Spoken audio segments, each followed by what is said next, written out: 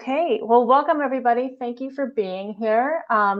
This is a webinar with the Montana Community Foundation, and it's going to be about community foundations in Montana and opportunities for support available through those different programs. And our speaker today is Taylor Crowl from the Montana Community Foundation. And we are a small group, so do feel free to stay muted if you have a lot of background noise. And if you have a question about anything that comes up, feel free to put it in the chat or raise your hand. Taylor, are you okay with folks coming off of mute? Okay, great. Yeah, go ahead and come off of mute if a question comes up and you'd like to ask it on video. And go ahead, if you're new, introduce yourself in the chat and let us know your name, your organization, and what community or town you're coming from. And with that, I'll turn it over to Taylor, and feel free to screen share. Thanks, Emily. Okay. Let me know if that doesn't work for any reason. Okay, perfect. Well, thank you guys so much for allowing the Montana Community Foundation to kind of present and share some of the work that we do with MPAC. Emily and I had a chance to connect earlier this year, and I didn't know that much about MPAC and its work, so it's been really lovely to learn more about the work that all of these performing arts organizations are doing across the state of Montana. As Emily mentioned, my name is Taylor Crowl, and I'm the Community and Economic Vitality Program Officer with the Montana Community Foundation. So the Montana Community Foundation as an institution or as an organization kind of has two different aspects of our work. We do a lot of fundraising and help different donors and organizations across the state fulfill their philanthropic goals.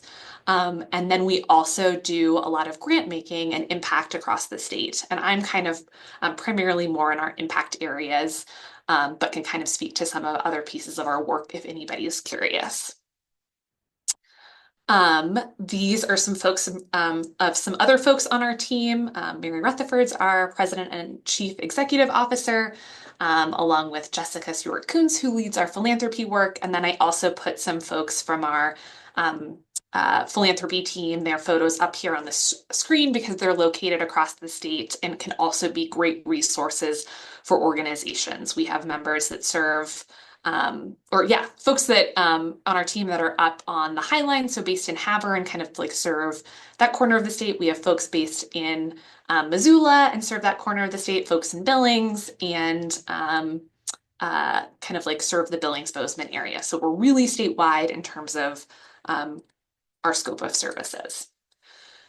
So before I kind of dive into the local community foundations that we work with and how they can potentially be funding partners or other partners for your work, I wanted to provide you guys with just a little bit of background information on the Montana Community Foundation itself.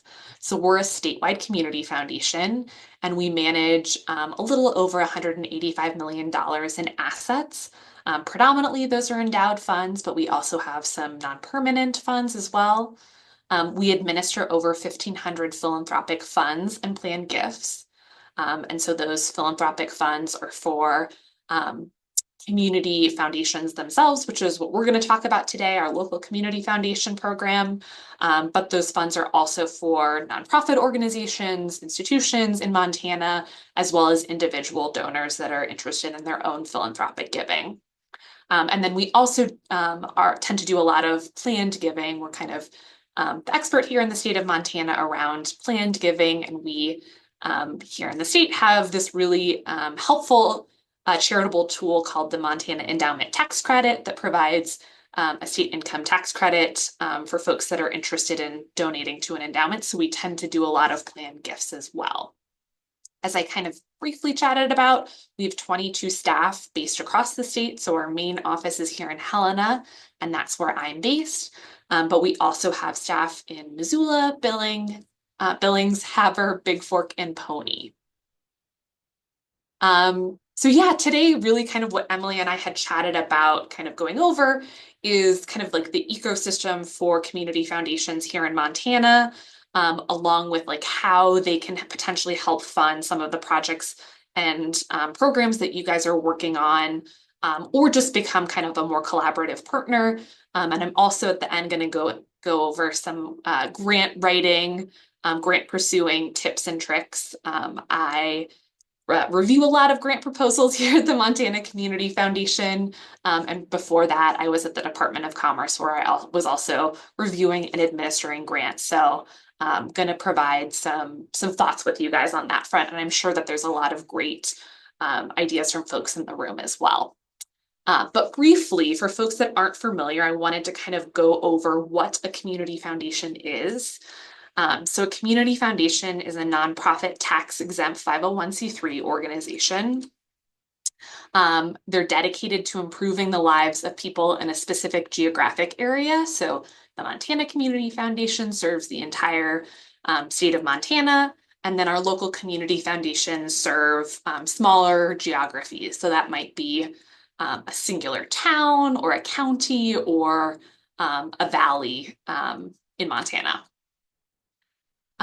Community foundations, as opposed to like private foundations, are publicly supported by many unrelated donors. So it's a way of kind of gathering together a group of donors or folks that care deeply about a community and kind of pooling their resources to make sure that we have kind of like the financial assets that we need both now and in the future.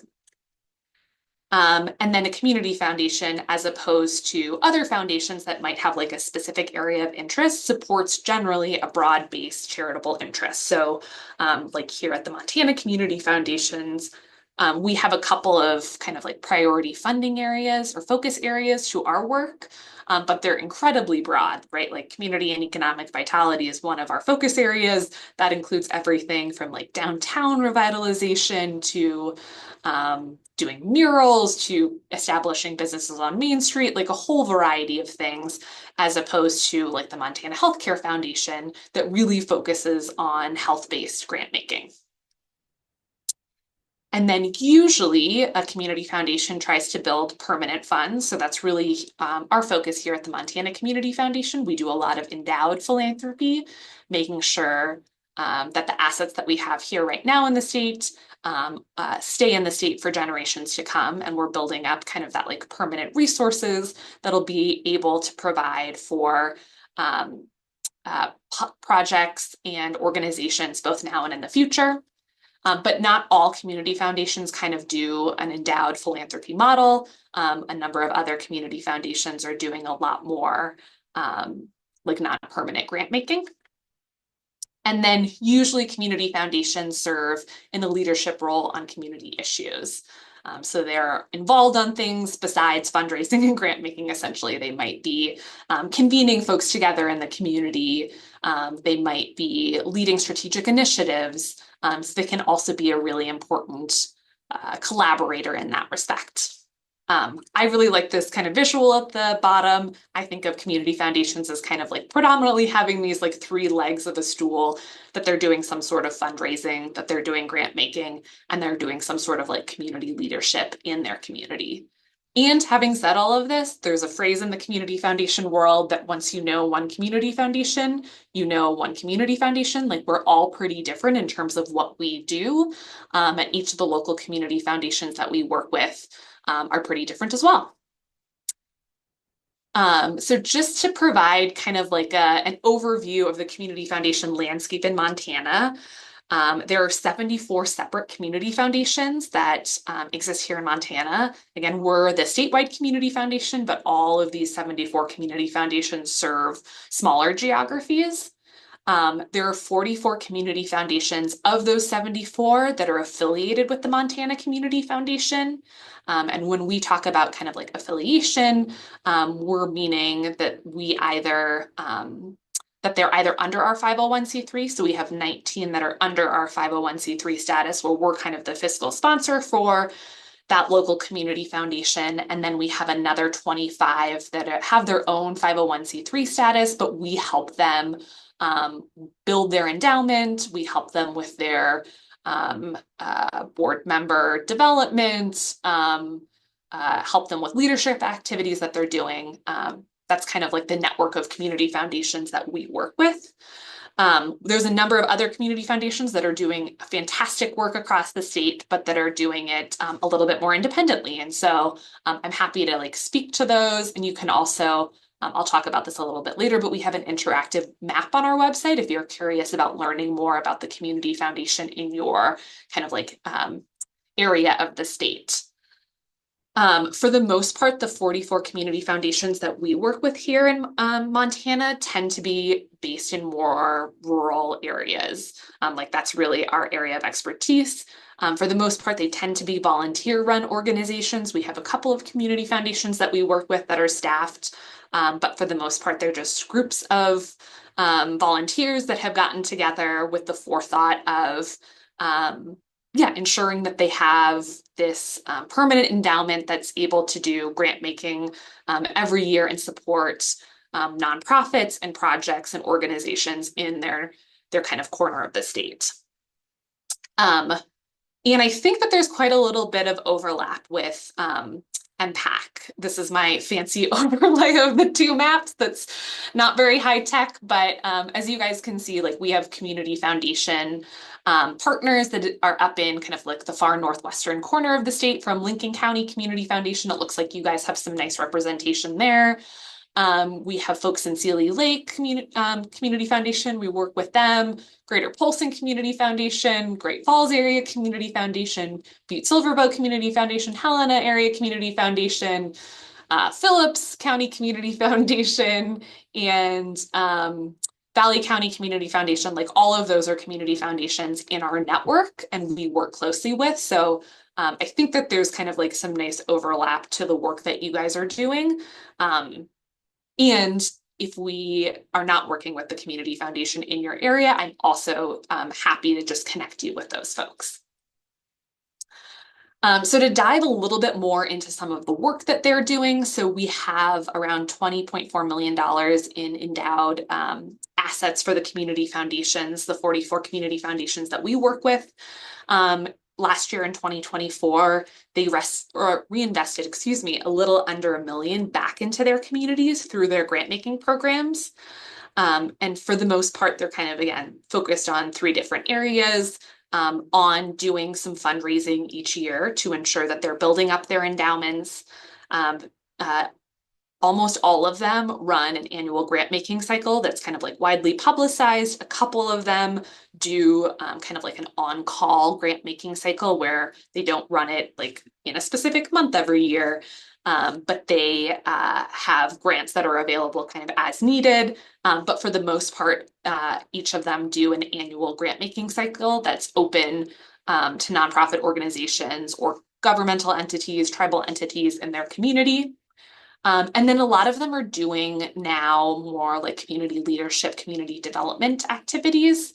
And so really a broad range of things on that front. We have community foundations that are establishing their own rural transportation programs, that are becoming involved with developing like housing solutions in rural parts of Montana. We have community foundations that are doing nonprofit like trainings for other nonprofit boards in their area, folks that are doing mental health work. So I just mentioned that because there might be some opportunities for collaboration outside of kind of like fundraising and grant making. So some ways in which the local community foundations in the state might intersect with some of the work that you guys are doing. And again, like I do not come from a performing arts background. So you guys will also have to school me if you're like, hey, this isn't quite a right fit with some of our work. But for example, on the right-hand side of the screen, the Valley County Community Foundation has provided like pretty regular grants to the Fort Peck Theater right in Valley County. So they've done a lot of investments both into like programs and shows that are coming into their community and also like physical upgrades to the space. This past year in 2024, they provided a pretty significant grant to help them with ADA seating, both on the left and right-hand side of the stage, which encouraged more folks to be able to attend those performances. We also have some community-based grant-making programs that are separate from our local community foundations at the Montana Community Foundation. One of those happens to be in Valley County, so we also supported that project from that fund.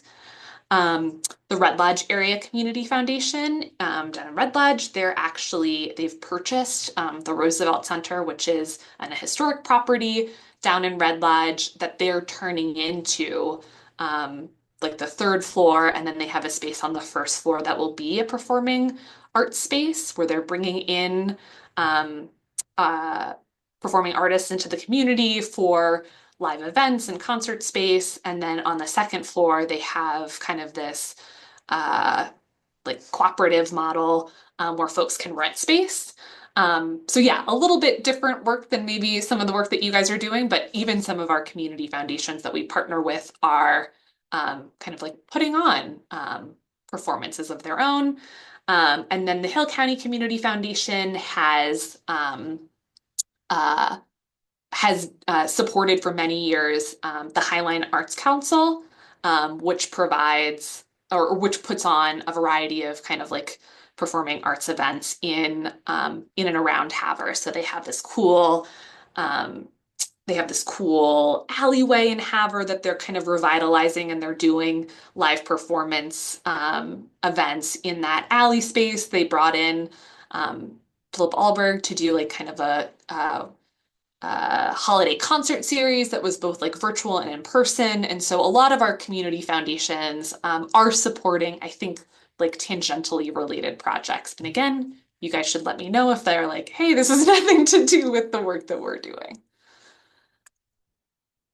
So here's some information on like how you can look a little bit more into the local community foundation that might be in your area. So we have an interactive a website or interactive map on our website, and I put the link down there. I'm also happy to put it in the chat, or maybe Emily can right after this. Sorry, I have too many screens open. But essentially, on our local community foundation program page, we have a map where you can look up by your zip code or town where the local community foundation closest to you is. And this includes community foundations that we partner with that are starred, along with other community foundations that we don't necessarily partner with, but we have information that kind of links to their website or Facebook page, that type of thing. So it's a great opportunity or great way to kind of like dive a little bit deeper into who's doing work kind of in your own backyard. I'm also happy to like have one-on-one conversations or talk about any of the areas that you guys are in and like connect you more um, directly or personally with the local community foundation there. But as you kind of click into this map, you can click on to each of the local community foundations pages or landing sites on our webpage. A lot of these, especially if they're affiliated with the Montana Community Foundation, are built out and provide additional information on that local community foundation. It'll provide some information on like previous grants that they've given, or what their mission, what their funding areas are. Along with, oftentimes, I should say, they have their funding process. So again, most of the community foundations that we partner with do an annual funding process. That's usually open for about a month is kind of the norm. The applications tend to be pretty short and easy to apply for, I think on the scale of grant applications, but oftentimes this information is listed on their landing site on our website, with the caveat of we have 44 community foundations that we work with, another 76 in the state. And so some of this information for some community foundations is a little outdated. And if that's true for the community foundation in your area, please just reach out to me. I'm happy to like provide a little bit more context. Okay, maybe I'll pause there in case anybody has questions about like local community foundations in general, just because the next piece is kind of getting more into grant writing, grant making tips and tricks. Okay, perfect. Good. Okay, and then yeah, the next piece I kind of just wanted to chat about was some grant writing tips and trips. tips and tricks, excuse me, from my perspective. Again, like I review quite a lot of grants here at the Montana Community Foundation, and previously at the state reviewed a number of grants as well. I feel like there's tons of resources on grant writing out there, and so this is certainly not like the end all be all for guidance on this front. But yeah, just kind of like my take on what makes a strong grant proposal. So the first thing that I would say is really being clear about stating the need. So like, what is the problem and why does it matter? Um, uh, so like, for example, oftentimes I'll review grant proposals where they'll talk kind of like very broadly about um, the work that they're doing. Like, for example, I'm doing a lot of work out in southeastern Montana right now. And so some grants that I reviewed out there might say something broad like, we want to expand arts education in Custer County. Like, that's great. And that gives me like a general sense of what you're doing. But really getting specific about like what the explicit need that you're addressing is very helpful from a funder's perspective. So instead of like maybe something more broad like that, being more specific around like 70% of students in our rural school district don't have access to performing arts programs, or we're the only performing arts venue within a 50, 100-mile radius. People come here from all over. Really help set the context, particularly for funders that might not be based in the same community that you're in. Um, Second, I think it's really helpful to like clearly articulate the project and do it in a way that incorporates measurable objectives as much as possible. And yeah, you guys probably know that, but like as many kind of like data points and numbers that you can include in grant proposals is really helpful because it helps us kind of as grant reviewers or funders to be able to like distill the impact down. So like by the end of the year, are you hosting, uh, one way of saying it could be like, we're hosting a series of concerts, right? Like that's not as concrete versus like by the end of the year, we're going to host 12 performances. We think we're going to reach 3,000 folks in the audience. And we think that that'll include 500 students that might be attending for free. Like those numbers really help us as funders to be able to better advocate for these types of projects. Um, Third, really like chatting about the impact of the project. I feel like we all have a tendency of doing this, like in the spaces that we're in, we're like, oh, this is just like so valuable, and we inherently know that's true. And I think that that's like particularly true for things in like the performing arts space, but really like clearly articulating that, especially if you're reaching out to funders that like might fund a wide variety of projects and programs, like how can you talk about the impact of what you're doing in the community? So like I feel like for performing arts, right, like it helps preserve local culture, it broadens perspective through diverse artistic expression. I feel like performing arts like foster social connection, increase civic pride, create spaces where people can come together, enhance well-being and reduce stress. They spark joy, right? Like really articulating that and articulating it for an audience that you have to assume like potentially knows nothing about the benefits of all of the great work that you do can be really helpful as a funder. And again, like putting some numbers behind it. So when I was at Commerce, we really would stress for folks like what are some of those like more economic numbers that you can put behind whatever events that you're doing within your community. So, for example, like, is hosting some sort of concert series in Miles City? Like, do you think it's going to bring 250 non-resident visitors into Miles City? And like, what's the impact of that? Will they spend $100 at a restaurant downtown or $50 on lodging?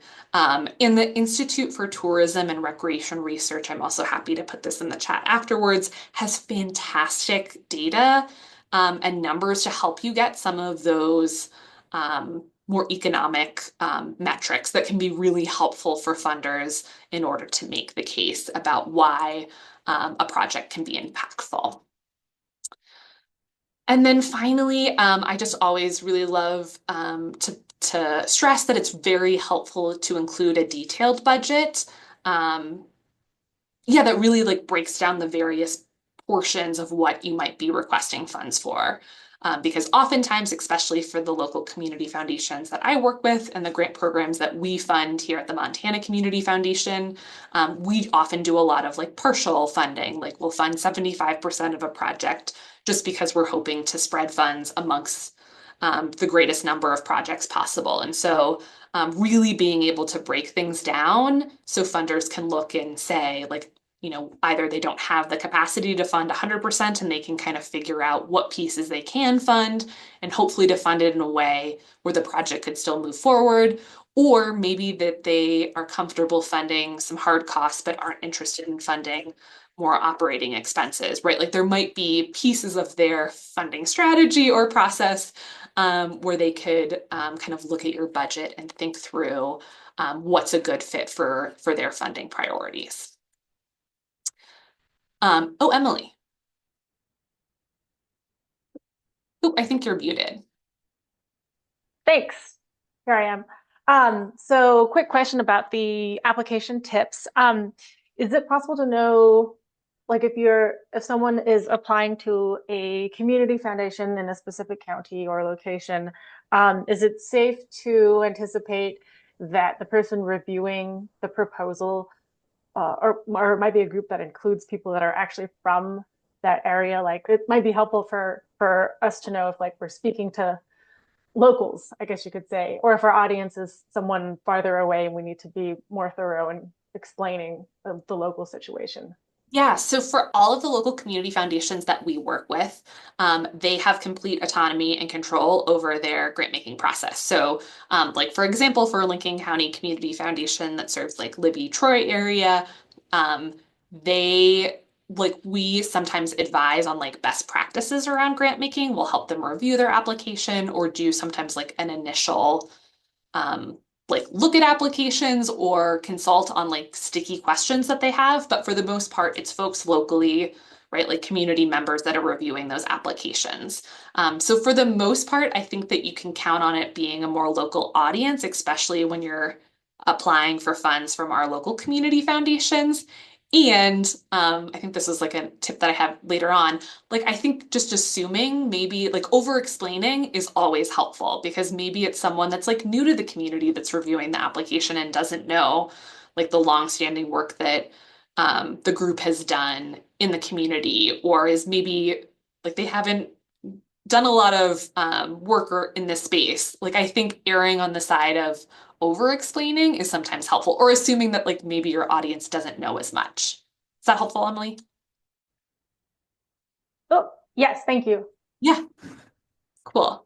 And then yeah, just some like common pitfalls that I feel like I've come across is um, and this tends to be like less true for our local community foundations that we work with, but ignoring grant guidelines, right? Like if a local community foundation is asking for like one specific thing, like they want one letter of recommendation and that's not included, like just reviewing what folks are asking for is very helpful and can save some time or like a no that maybe is unwarranted or just because you've forgotten like one small piece of the application. Um, Using jargon or technical language, like avoiding using jargon or technical language is often helpful. So I feel like I often fall into this trap, but like when you're talking about your own programs and projects and it's like the world that you live in, right? Like we all have jargon that we use in various spaces. And so like this was some example that I came across, but like our initiative facilitates our arts-based experiential learning modalities, right? Like that is a little bit confusing for to read as a funder versus like we provide hands-on workshops for students. Like I get what you're talking about when you put it in that way. And so to whatever extent that you can kind of like break down language barriers is really helpful. Employing like vague or general statements, again, like speaking with as much specificity as possible is really helpful. And then submitting applications at the last minute. Like give yourself plenty of time to like run the grant by a colleague, or equally more helpful, I think, is running the grant by someone that's maybe like unfamiliar with the project that you're working on, just to see if like, does this make sense to you? Do you understand what I'm talking about? Do you understand what we're trying to do? That can be incredibly helpful. Saving some time as well to like include a letter of support. I find with the local community foundations that we work with, like one or two really convincing strategic letters of support can make a world of difference, because it illustrates that you've got like the community's backing behind a project. Um, and so, yeah, just saving yourself some time, and avoiding submitting at the last minute so you can do stuff like that. And then oftentimes, right, like if there's any sort of like technical issues with submitting a grant application, by not submitting at the last minute, you save yourself kind of like that panicked heart or headache. Some thoughts around like how to maybe increase success with grants in general, and grants for our local community foundations, is to just build relationships with the local community foundations and funders in general. I think and understand that like oftentimes funders can feel like we're not that approachable. But for the most part, we're just like sitting in our offices hoping folks will call. And we want to hear about your projects. We want to figure out if it's like a good fit with our programs and what we're hoping to fund, or what our donors' priorities are. So please reach out, like pitch whatever you're working on, um, see if it's maybe a good fit. And if it's not a good fit for us, like ask them if there's other funders that they know that it would be a good fit for. I think like funders, like many of you guys, are really like all about building those relationships. And so it's really helpful to do that even before applying for funds. And same for the local community foundations, right? Like reach out to them and say, hey, this is kind of the work that we do. Are you guys interested in funding this? If you're not, do you know of other folks that are? Can be really helpful. And similarly, like even if you're rejected from a grant cycle, or your application is not accepted, like asking for feedback from funders or even from the local community foundations can be really helpful, so you can kind of like retailer your grant and apply in the future.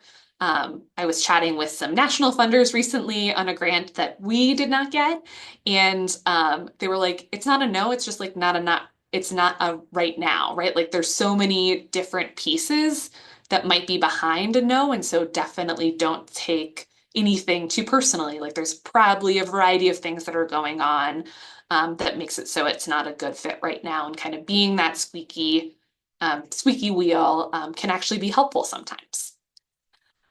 I think including like some stories amidst the data can be very helpful. So obviously, like our brains um, uh, don't retain data in the same way that we do stories, but also data is really helpful for making the case about like funding a specific project. And so being able to weave those two things in together is really helpful. So for example, maybe you have a data point like 80% of our participants reported increased confidence after performing on stage. And then maybe you tell a story like, just ask Maria, a 10-year-old who was too shy to speak in class. And then all of a sudden she starred in our last production, right? Like that helps me as a funder and as a reader of a grant application, like have some emotional resonance with what you're chatting about. Emily. Hi again. Yeah, I wanted to also highlight with including stories with your data. Many, just so you know, also Taylor, many of our presenters that are in our network are part of this program that we have called presenter development, and part of that is reporting things like statistics on how many people came, how many were students, and we also always ask for testimony or quotes from, say, the audience or a student that had an outreach experience, and those are really, really golden. Like I get those, and they're great to like get back and sort of like get a feel for how a concert went. But then I also will compile them or like archive them, so that way if I need to use a story in an impact story in a grant application, that's a great thing, because I don't know that there's anything that shows impact better than the person who benefits from the programming, which is your audience or someone from your community. So I just wanted to point that out, especially since there's some folks here that are in the presenter development program or maybe have had to do that kind of reporting before. And if you don't know what else to do with all that work, I save it and I reuse it as much as I can in this way. Yeah, I love that idea, right? And like proactively collecting that and like figuring out good ways to do it in a way that doesn't like add to your workload is really helpful. And yeah, I love the idea of just like having that compiled and easily accessible that you can pull from for various grants or projects or talking to a specific funder. Um, okay. And then another idea is like any sort of like collaborative grant proposal. I think especially from a community foundation perspective, when there's multiple community partners that are in a project, it really raises that project up in kind of like the funding consideration. So for example, maybe you're doing a project in conjunction with the school district and you have either a grant that's like co-submitted with the school district or a letter of support from the school district talking about how folks in the school district are going to, or students in the school district are going to benefit from it. Like things like that can be really helpful in kind of pushing your project further up the list. Or maybe just the idea for whatever type of project that you're doing within the community or a theme around different events that you're hosting comes from some sort of like community-based work that you guys have done. Like maybe it comes from some surveys that you've done in conjunction with the economic development organization in your area. Like there's so many opportunities, it feels like, for your guys' work to intersect with other folks. And I think talking about those collaborations in a funding context is incredibly helpful. We chatted about this a little bit, but just like including any sort of like supporting materials that would be helpful is really nice. And also doing this in like a limited scope is helpful, right? So like not submitting 15 letters of support, like find one or two or three key partners and be like, hey, this is the letter of support that we kind of want. I want you to kind of chat about this, like giving them some guidance and making sure that that letter of support kind of like aligns with what you're talking about is helpful. Same for like photos and videos and testimonials that Emily was talking about. I think including all of that to kind of like enrich your application can be helpful. And again, for like our local community foundations that we work with, like oftentimes their grant applications probably take like less than an hour to complete. So adding just like one or two small elements can really be beneficial to kind of making your application stand out. But for the most part, like their applications have a low barrier to entry and do not take a lot of time. They certainly don't take a professional grant writer or anything like that. And same for all of the applications through the Montana Community Foundation. Like we try to make them accessible and open for folks from a variety of different backgrounds to access. And then the last thing that I just really like wanted to quickly chat about, because I feel like this like kind of intersects with some of the work that you guys are doing, and is a lot of the focus of what our local community foundations are doing, but they're obviously focused on grant making within their community, but also focused on kind of like the historic transfer of wealth that's happening across the state of Montana right now. Back in 2023, we completed a transfer of wealth survey or a study that we do every about 10 years, looking at how much wealth will transfer from one generation to the next in Montana. And right now, there's about 37 billion that will transfer from one generation to the next in our state by 2030. And so if 5% of that was captured for community foundations, for organizations like yours, that would be an $83 million in that would be a $1.85 billion endowment, excuse me, that produces $83 million each year. And so like even to look at this like a little bit closer, I saw, Emily, on one of your reports that the Paradise Center, I think, is one of your guys's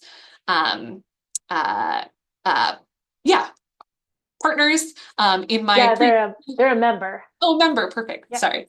Um, yeah, in one of my in my previous life at the Department of Commerce, I worked with them on some grants to help rehab the space, and so they always speak to me, and that their name popped out. But anyways, just looking specifically at Sanders County, like if 5% of the wealth that'll transfer from one generation to the next in Sanders County, which is around 360 million, if 5% of that was endowed, that's an $18 million endowment, right?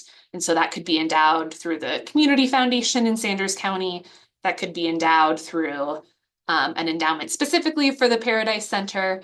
But each year, that $18 million endowment would create $826,000 for projects in the community. So I just wanted to highlight this at the end, that we're really in the midst of this kind of like historic moment that local community foundations across our state are trying to take advantage of to encourage folks to give to organizations and projects that they care about now, and also think about like how can we leave 5% in our wills or estate plans to our community in a way that makes sure that Montana has kind of the resources that we need for generations to come.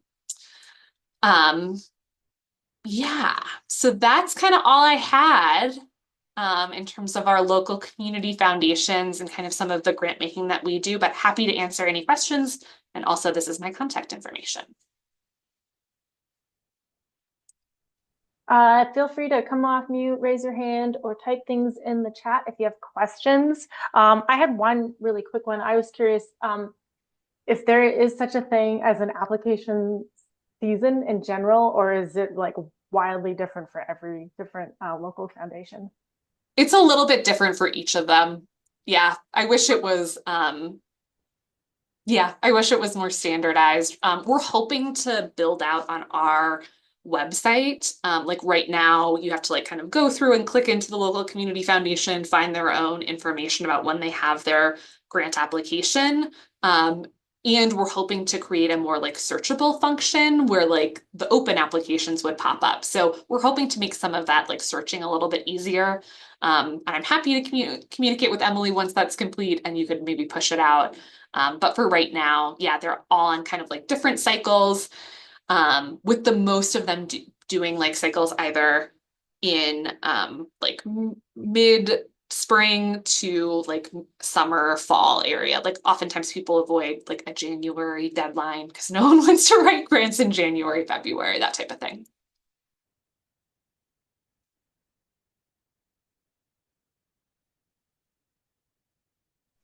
I was excited to see Oh, too, go Amy, ahead. in the comments that Belt Theater received a Great Falls Area Community Foundation grant in 2024. That's cool. Yeah, they're one of our community foundation partners. Yeah. Another question. I was curious about the tourism and economic development links too. I can get those later. But do you see applications where I guess data is quoted from those resources? Because like to some extent we can count people in the audience, but we don't always have like amazing resources for like tracking the broader impact of what the programming does in an entire community. So yeah. Oh, there's a link. Yeah, I put the Institute for Tourism Recreation Research in the chat. We see we see oftentimes like folks like kind of extrapolating data, right? So like for example, you might know that there's 500 people that come to a singular performance. I don't know, I'm making all these numbers up. 100 people that come to a singular performance. Like you can use some of the ITRR research to be like do a best guess on, we think maybe 15-20% of that are folks that are outside of our community.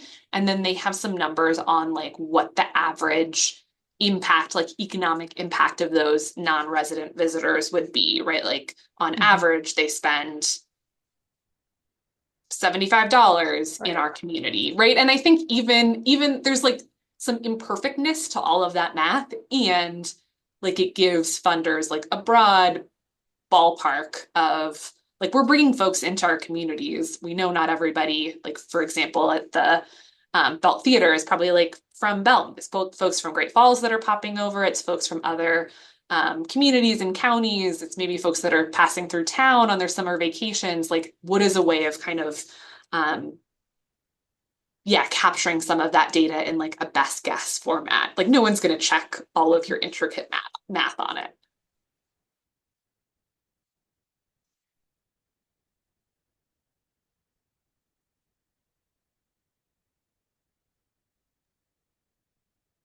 Cool. Any other questions? Or maybe questions about your own local area? There are so many little dots on that interactive map, which we did link to in the chat. So that's there. Is there a way to stay in touch with the Montana Community Foundation? Like, is there a newsletter that you guys put out or anything like that? Yeah, we have a couple newsletters. Let me put the link in the chat. Yeah,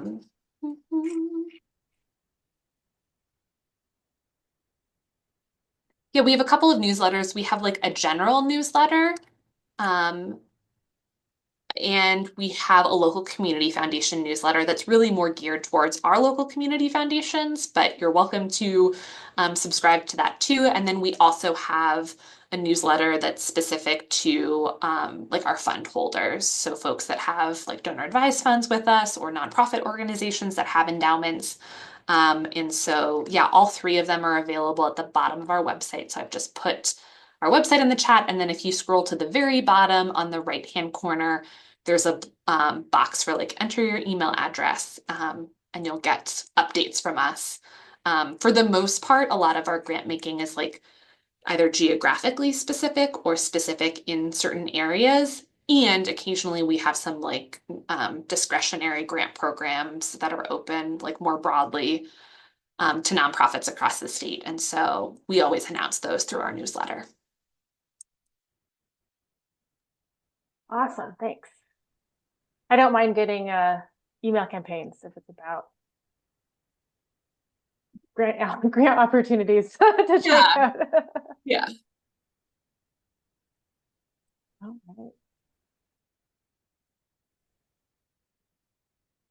right.